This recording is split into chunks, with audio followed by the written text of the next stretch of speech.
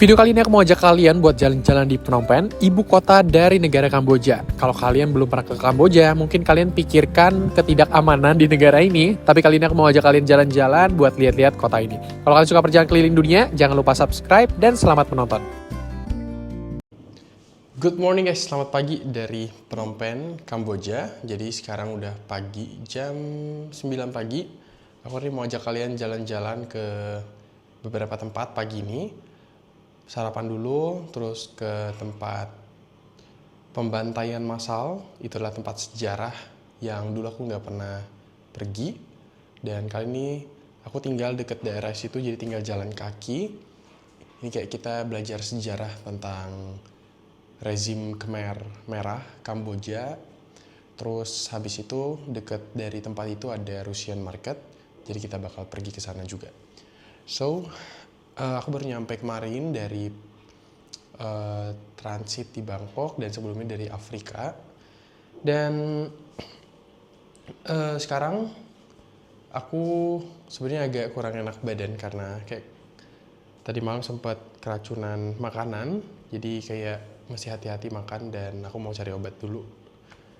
Itu sebenarnya ada obat sih, cuman kayak obatnya kayak bukan ini sebenarnya. Aku udah tanya temanku. Jadi mau beli obat yang baru. So let's go. Ini suasana di Phnom Penh-nya. Udah pagi, cerah banget.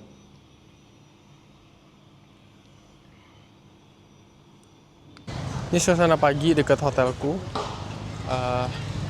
Dan ternyata di sini tuh ada beberapa farmasi. Ada banyak nih, ada 4 di sekitarku. Ini salah satunya yang depan.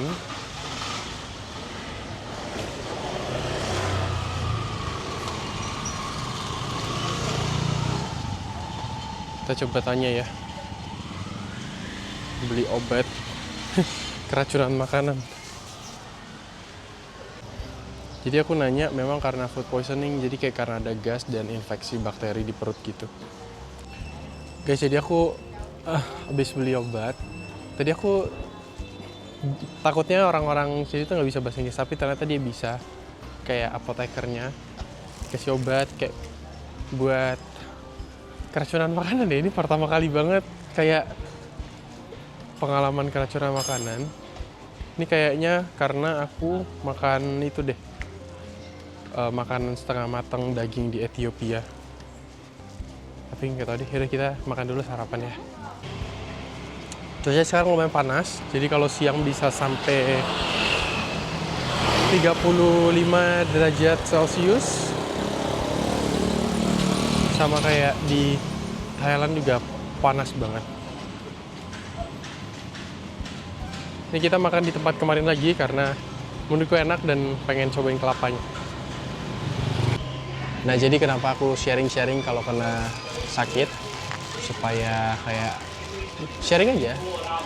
Nah, dalam traveling ya pasti ada sakit-sakit gitu. Jadi kayak mesti prepare gitu loh. Ini obat-obatnya kayak charcoal, kayak buat nyerap setiap bakteri-bakteri gitu. Tapi tadi ini billnya berapa ya? Cuman 12.000, sekitar 40 ribuan buat obatnya. Semoga hari ini aku better ya.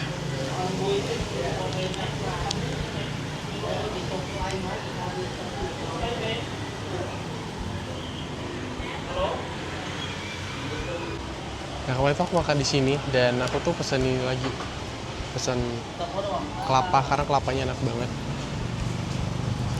Kita racik-racik obat dulu ya.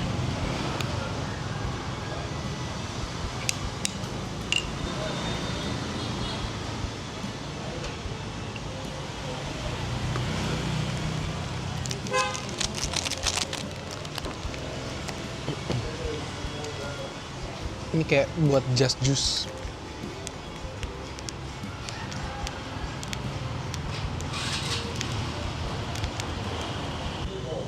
Ini minumnya Oralit biar nggak lemes, sama kelapa juga ya, double ya Oralit. Nah, by the way, untuk di Kamboja sendiri, kalau kalian paspor Indonesia itu boleh masuk tanpa ada visaan. Jadi kalian langsung datang aja, kayak isi beberapa persyaratan di bandara, kayak arrival card, and then udah. Sekarang tuh bandara baru dia udah canggih, nggak ada pungli-pungli. Dulu pas zaman aku kesini, bandaranya bandara lama dan masih banyak banget pungli. Dan bandara sekarang bagus banget. Untuk pesawat ya ada direct langsung sih dari Jakarta, kayak AirAsia. Nah, sebenarnya ada apa aja di sini?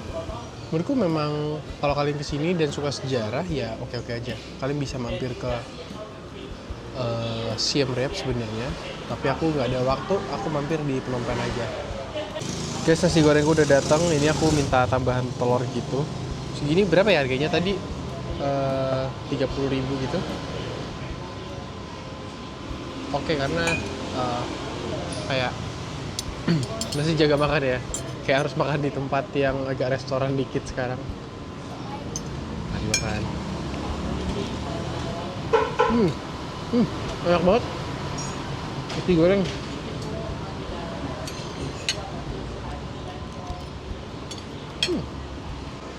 Jadi ini kali ketiga makan di sini di area Phnom Penh, dan beberapa restoran enak-enak kok makanannya.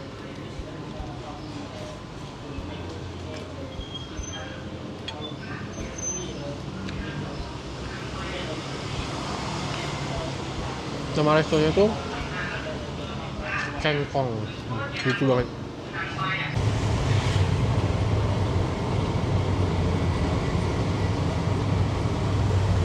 Selamat datang di Tol Tompuong Market. Jadi kita belusukan ke pasar. Biasanya kita perginya pagi, tapi sekarang kita perginya sore. Jadi ini tuh nama lainnya adalah Russian Market atau pasar Rusia.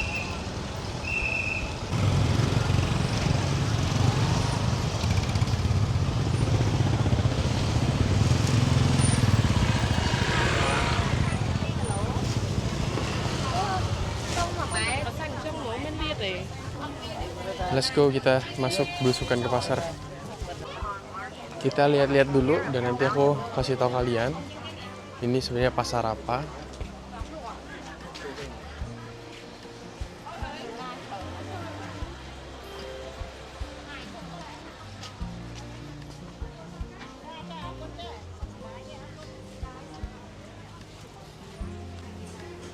Nah, selain baju-bajuan itu ada pasar-pasar kayak bahan makanan juga nih.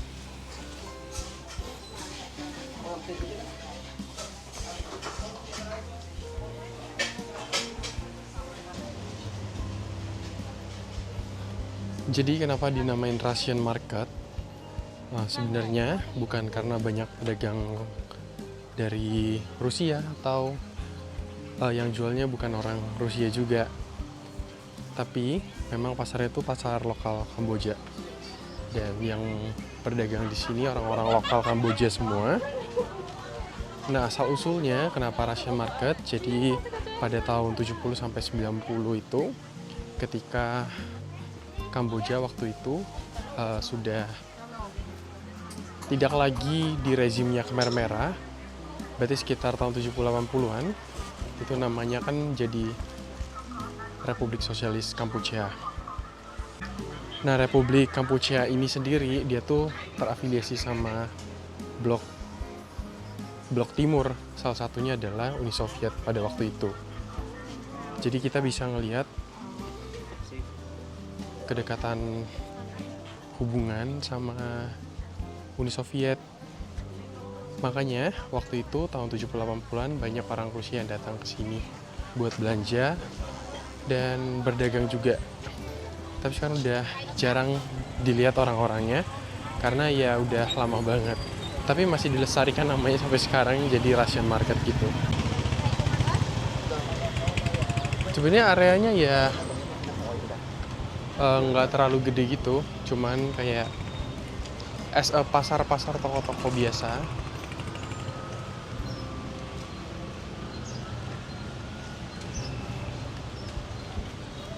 Jual semua kayak elektronik, baju.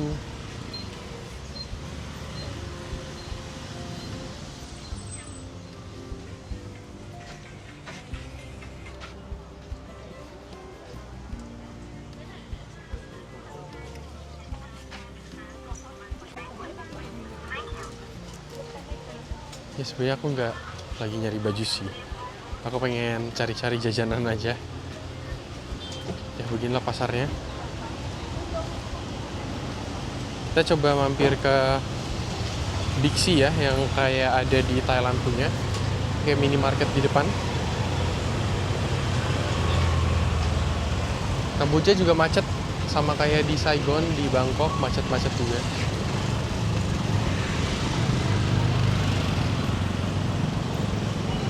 Tapi di sini banyak yang jual kelapa juga, aku suka banget, kayak harganya masih murah-murah ya, kelapa-kelapanya.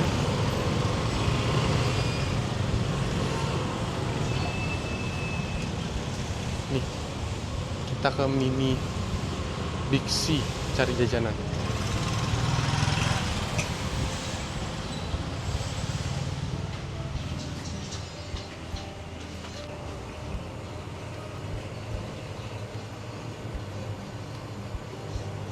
Minuman-minumannya banyak juga nih. Yogurt sama air cuma habis berapa ya? Kayak 10.000 rupiah dong. Murah banget. Bisa bayar pakai kartu juga ya di sini.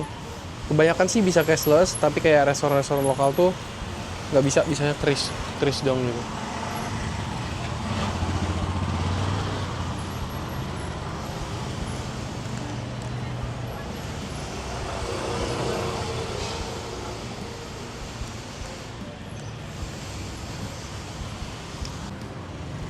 Ya sekarang kita pindah ya, karena di Russian Market aku nggak tahu mau beli apa. Jadi kita pindah ke area Museum Genosida atau Pembantaian. Jadi kita belajar sejarah dulu tentang Khmer Merah di Kamboja.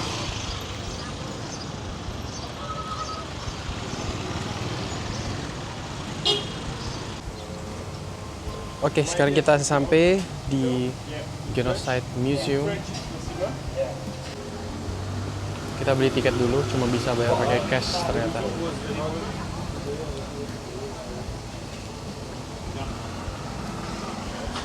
How much is one ticket? With audio, No. $5. In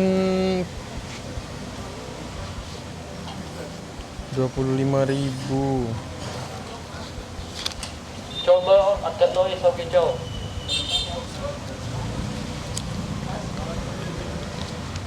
Ini 25.000. 10. Thank you. Tiketnya. Thank you. Kita udah beli tiketnya ini. Kita masuk langsung ke dalam. Kita scan di sini dulu.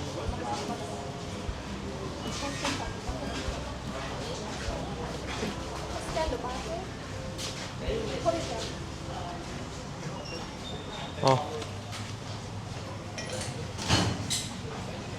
Sebenarnya bisa pakai audio, cuman aku takut bingung, pusing nanti mau jelasin juga.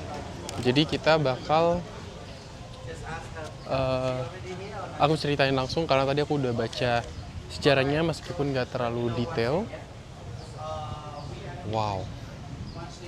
Jadi ini adalah Tuol Sleng Genocide Museum, di mana ini merupakan salah satu tempat sejarah saksi di mana terjadi pembantaian oleh rezim Khmer Merah yang ada di Phnom Penh, Kamboja.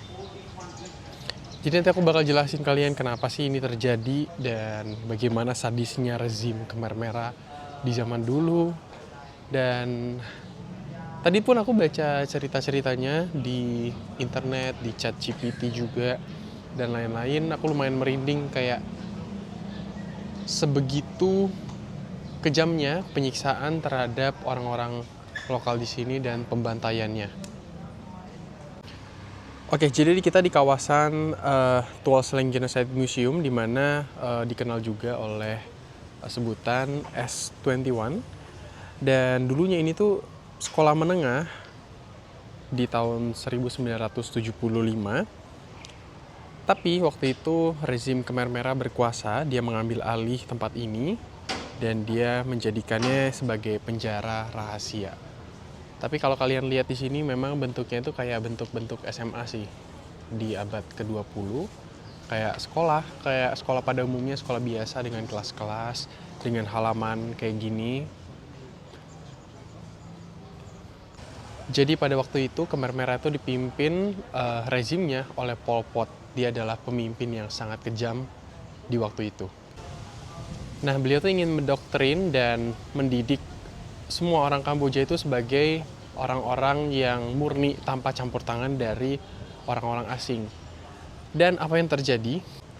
Mereka menganggap musuh siapapun itu yang dianggap musuh, kayak orang yang berintelektual, yang lumayan pinter, kayak guru, biksu, dokter, pejabat, bahkan orang-orang yang bisa nulis nih.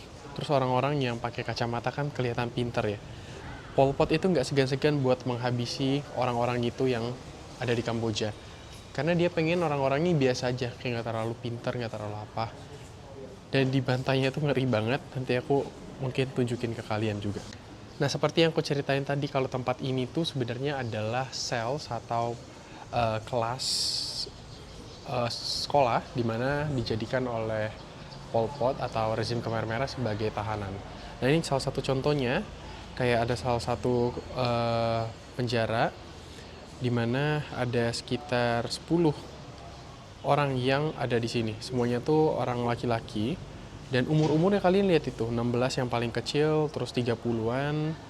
Dan mereka masuknya itu di tahun 77 sampai 78. Jadi memang 10 orang berada di kamar ini, kelas ini, kayak disiksa dan lain-lain. Jujur aku lumayan merinding sih. Jadi mereka nggak segan-segan meskipun masih muda dan di bawah umur, mereka tuh disiksa. Dan ada satu lagi yang sadis adalah, aku baca tadi, kayak dia ambil foto dulu sebelum disiksa. Jadi ada satu daerah lagi dari tempat ini, namanya itu Chong Ek atau Killing Fields. Killing Fields itu kayak lapangan pembunuhan, dimana tadi aku ceritain tempat ini tuh adalah penjaranya dulu. Dan waktu malam, mereka akan dibawa dari sini. Kayak secara tiba-tiba, nggak ada pemberitahuan, mereka dibawa malam-malam ke Killing Fields dan mereka dibantai di tempat itu. Lumayan jauh dari kota, cuman aku nggak ke tempat sana. Kita bakal main-main di sini aja. Kalian bayangin, ini ada 3 lantai. Ini salah satu bangunannya ya, ada kurang lebih 3 kalau nggak salah bangunannya. Dan tiap kelas-kelas ini dijadikan tahanan penjara.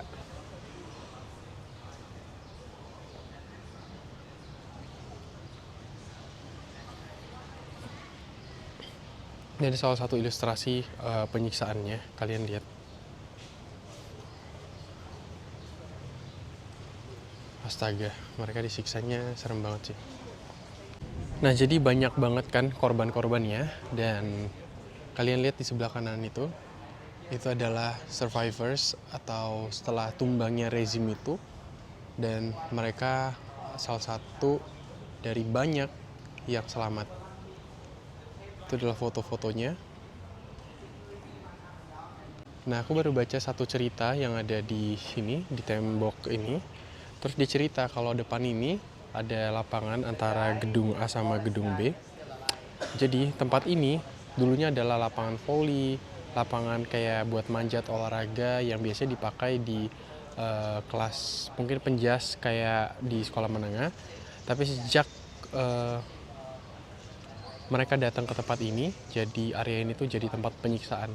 Kalian lihat ini kayak salah satu olahraga yang dipakai buat olahraga kayu gitu. Tadi apa yang namanya ya?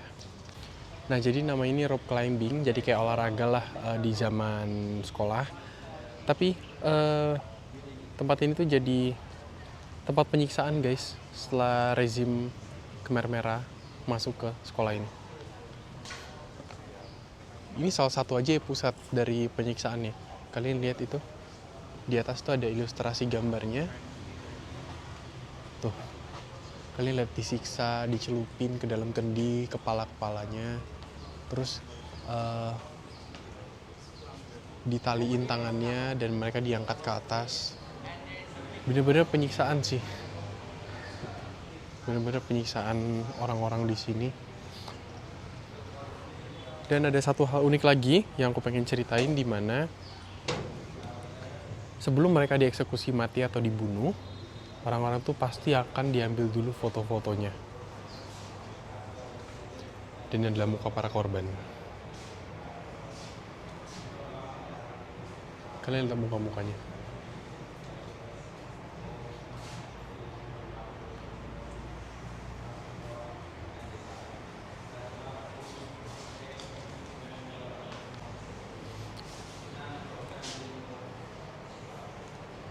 Jadi mereka sampai terpapar di lantai.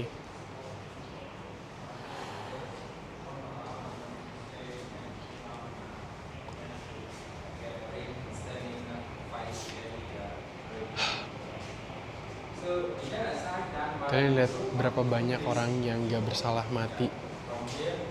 Bahkan yang aku gak tega banget adalah ngelihat anak-anak kecil kayak perempuan. Ini adalah foto-foto korban.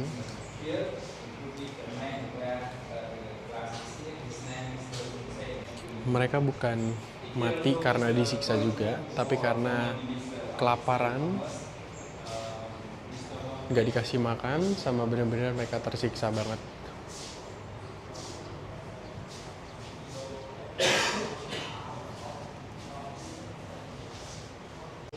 Jadi yang ku bilang sebelum mereka dieksekusi mati, itu mereka pasti duduk di kursi ini buat diambil fotonya dulu.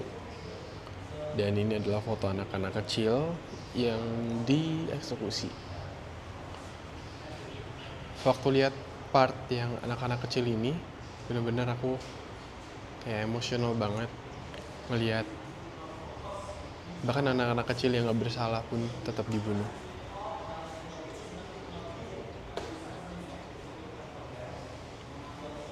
Inilah kayak pemahaman ideologi yang salah, benar-benar sangat-sangat menyebabkan akibat yang sangat parah.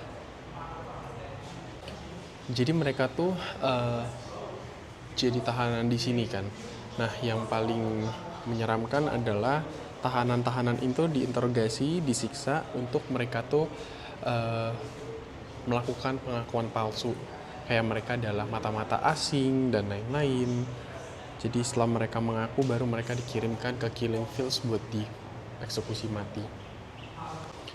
Jadi di tempat ini ada kurang lebih 14.000 orang. 14.000 orang. Dan yang selamat tadi yang aku tunjukin kalian itu paling cuma 10 orang atau 12 orang doang. Kalian bayangin chance buat survivalnya itu sekecil apa. Dan termasuk para biksu-biksu juga dibasmi di tempat ini. Nah, aku bilang tadi kan ini salah satu tempat doang. Cuman berapa belas ribu ya. Tapi Tuol Sleng ini bukan sekedar tempat museum kayak gini doang. Tapi ini saksi dimana sebenarnya masih banyak tempat-tempat lain lagi. Kayak sekitar kurang lebih yang tercatat itu 2 juta orang yang dibasmi di rezim Khmer Merah ini. Kalian bayangin sebanyak apa? Dan mostly juga perempuan dan anak-anak jadi korbannya. Ya, balik lagi, intinya adalah kita belajar kalau kekuasaan itu kalau ditaruh di orang yang salah, itu benar-benar akibatnya sangat-sangat parah banget.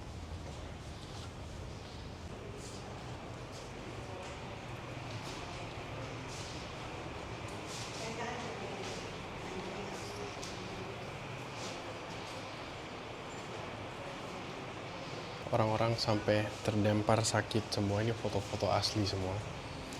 Bahkan ini tengkorak-tengkorak habis pembunuhan mereka simpan di tempat ini.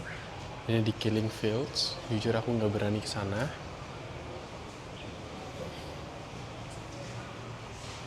Bahkan ini aku ngeliat banyak orang-orang yang pakai audio. Itu kayak mereka emosional semua. Kayak mereka berkaca-kaca matanya sambil melihat dan menyaksikan cerita aslinya. Sebenarnya sebuah tempat yang indah, tapi menyimpan sejarah kelam di puluhan tahun yang lalu.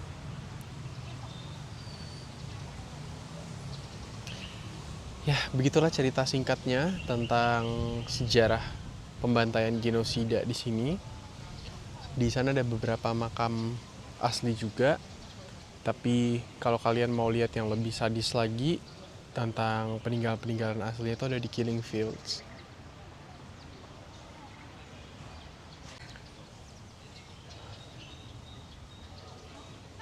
Ya, beginilah kita belajar sejarah. Mungkin sebentar lagi nanti waktu sunset aku bakal pindah ke Riverside. Jadi di sana ada kayak night market gitu. Kita bakal main di night market ya, lihat-lihat di sana ada apa.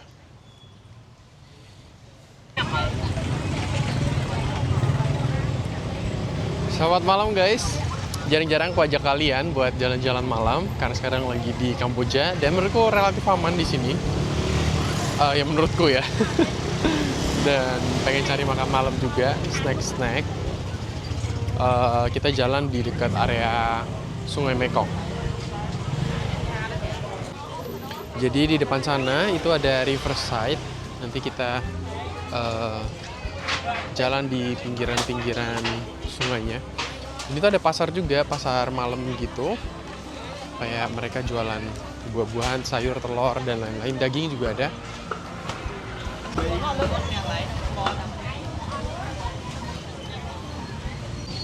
Sebenarnya dulu aku tuh pernah tinggal dekat area sini waktu 2 tahun lalu. Cuman kayak padat banget. Dan menurutku memang deket sih kemana-mana. Cuman kemarin pengen nyari kamar yang agak bagusan itu di area dekat Genocide Museum tadi. Wah, ini tuh weekend ya, jadi rame banget. Kalian lihat di pinggir jalannya.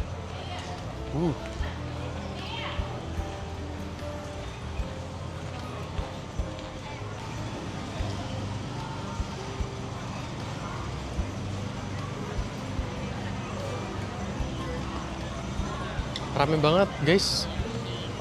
Inilah ya kalian kalau taunya mungkin di Kamboja kayak nggak ada turis, sebenarnya sini rame banget, lumayan rame. Tuh pinggiran-pinggiran banyak makanan juga. Buset. Aku pengen jajan-jajan.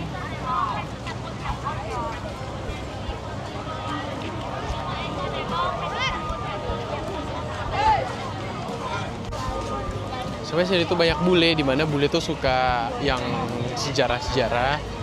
Mereka suka nih kayak ke tempat-tempat sejarah di sini. Kalian lihat ada apa? Padang Nusantara. Tuh. Yang ada lampu neon warna hijau ini.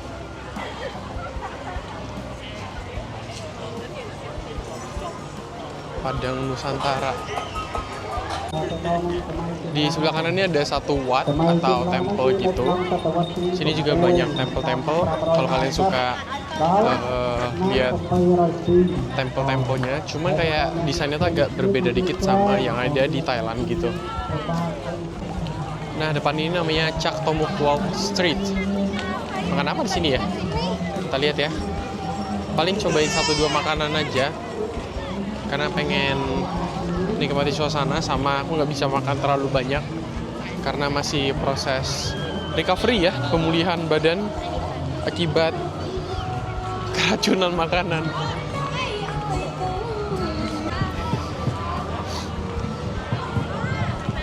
Ini ada yang jualan es krim. Ramai banget ya es krim.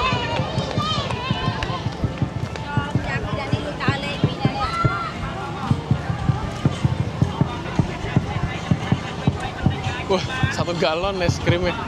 Dia kayak boba gitu, tapi kayak 1 liter. Wah.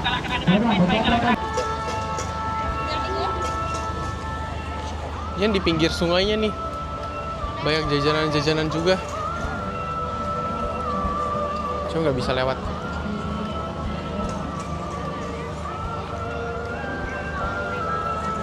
Jujur aku suka sih suasananya. Dulu aku pernah mampir ke sini juga. Aku tuh pengen banget makan makanan pedesnya, cuma kayak nggak bisa ya. Nggak bisa makan yang pedes-pedes dulu.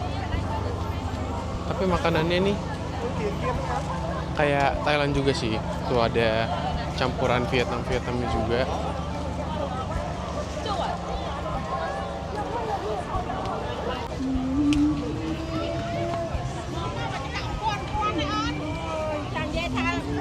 Ada telur-telur itu balut.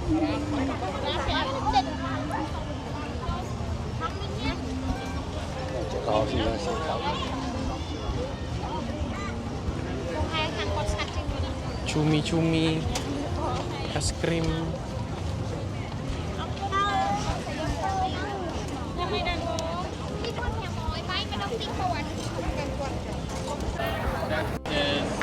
Tuh kalian lihat tuh di atas ini ada coffee shopnya bagus-bagus banget. Cuman aku lagi nggak bisa minum kopi. Cakep banget coffee shopnya. Bisa deh beli matcha aja nanti. Ya kita cari makan terus beli matcha. Kayaknya dia punya matcha gitu.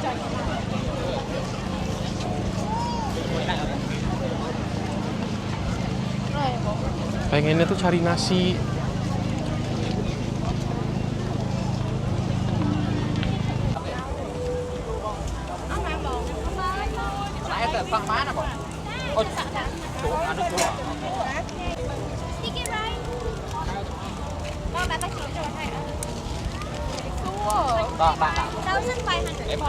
Sorry?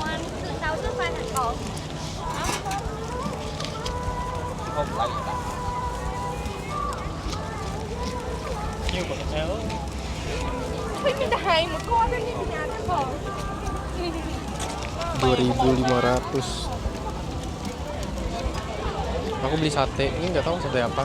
Kayaknya pork deh.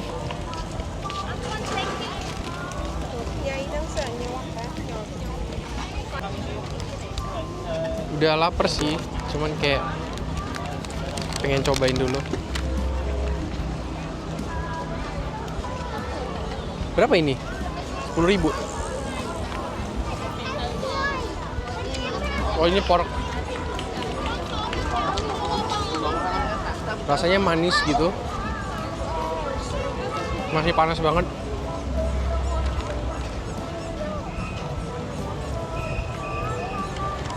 Panas banget, tapi enak kok.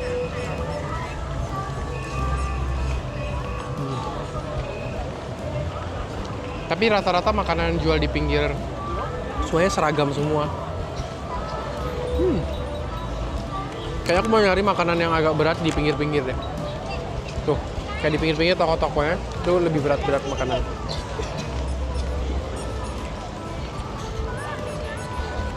Itu di Thailand juga ada, aku lupa namanya.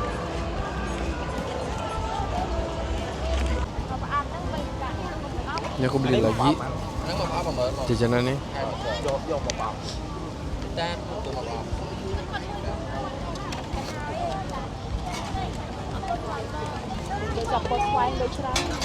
Ada takoyaki juga sebelah.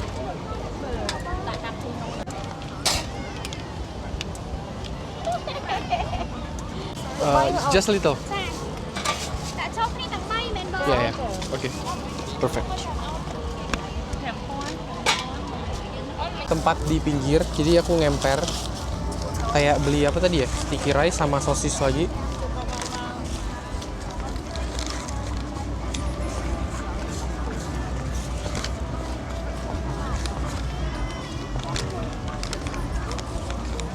Jadi aku tambah 2 lagi.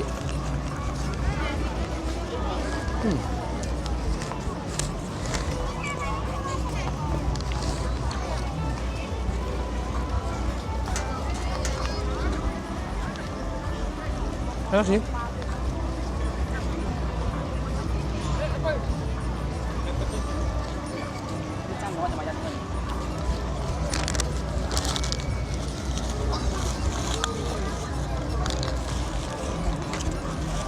Tadi itu dia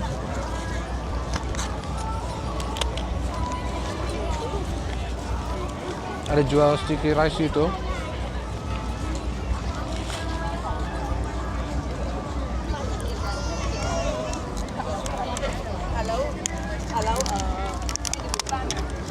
Ini sticky rice. Di sini tuh banyak sticky rice sama kayak Laos. Tapi nasi biasa juga ada.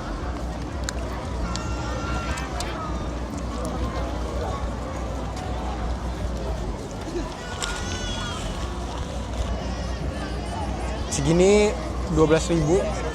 dapat sosis sama sayur-sayurannya.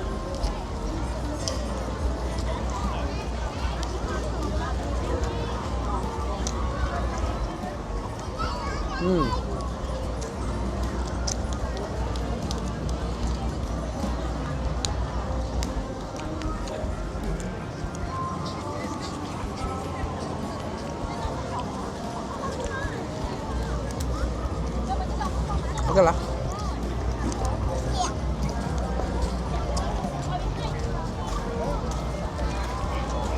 Vlog di Kamboja, jadi aku pesen matcha latte. Ini harganya 10.000 rial ya, itu sekitar 40.000. Ini tuh di pusat kota banget, jadi kayak di pinggir. Bagus banget kafenya. Karena kita nggak bisa minum kopi. Mari kita coba. Namanya Tube Coffee. Bisa banget nih dicobain. Sangat PW banget tempatnya, wifi-nya kenceng.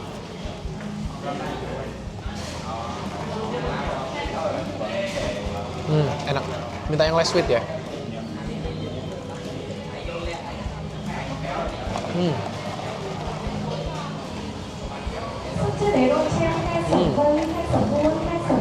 Enak. Guys, begitulah jalan-jalan di Kamboja buat melihat sejarah dan jalan-jalan malam. Thank you for watching ya. Sampai jumpa lagi di series video selanjutnya. Bye-bye.